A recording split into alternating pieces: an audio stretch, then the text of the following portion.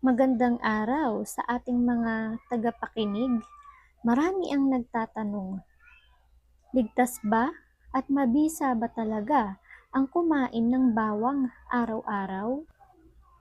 Bilang isang natural na remedyo, ang bawang ay mayaman sa alisin na kilalang pampababa ng high blood at kolesterol. Ngunit, alam nyo ba na ang maling dami at maling pagsasabay-sabay nito sa inyong mga maintenance na gamot ay maaring magdulot ng seryosong pagdurugo o ulcer?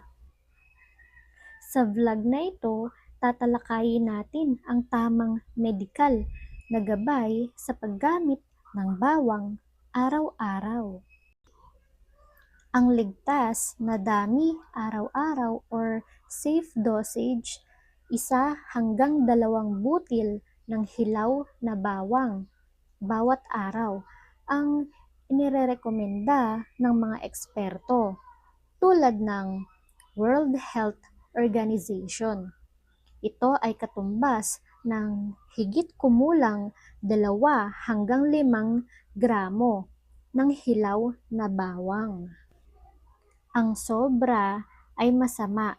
Ang pagkain ng higit sa limitasyong ito araw-araw ay maaaring magdulot ng iritasyon sa tiyan. Ang mangyayari sa katawan or long-term benefits, pagbaba ng presyon, unti-unting bumubuti ang kondisyon ng mga ugat or blood vessels na tumutulong sa pangmatagalang pamamahala ng hypertension. Ito ay nakakabawas ng masamang kolesterol. Ayon sa mga medikal na pag-aaral, ang regular na pagkain ng bawang ay nakakabawas sa produksyon ng bad cholesterol sa iniisip na proseso sa atay, at ito ay nakakapagpalakas ng ating immune system. Nababawasan ang madalas na pagkakaroon ng karaniwang sipon at ubo dahil sa antimicrobial properties na taglay ng bawang.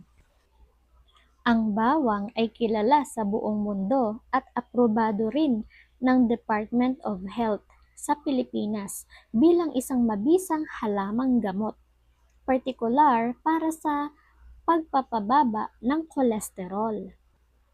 Kapag ang bawang ay dinikdik o hiniwa, inilalabas nito ang compound na tinatawag na allicin.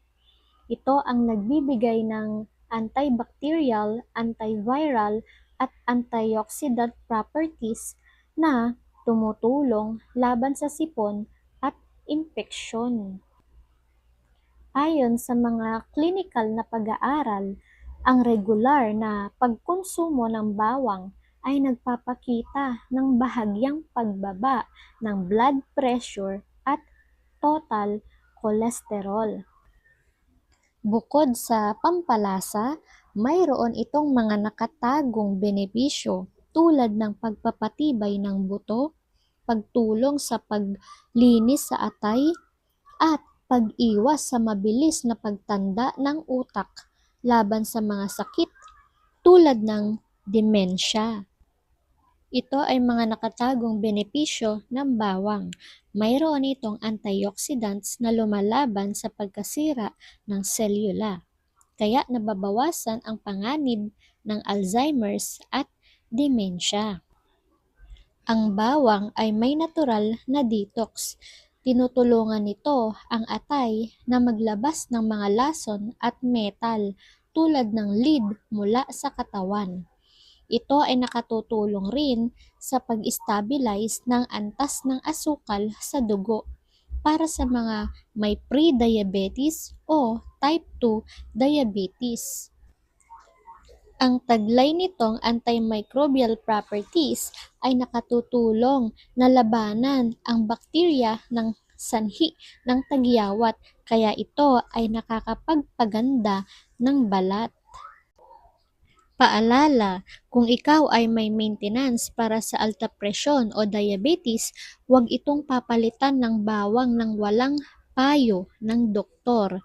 Kung pabalik-balik ang iyong mga sintomas, pinakamainam na magpatingin sa pinakamalapit na klinika o ospital para sa tamang reseta.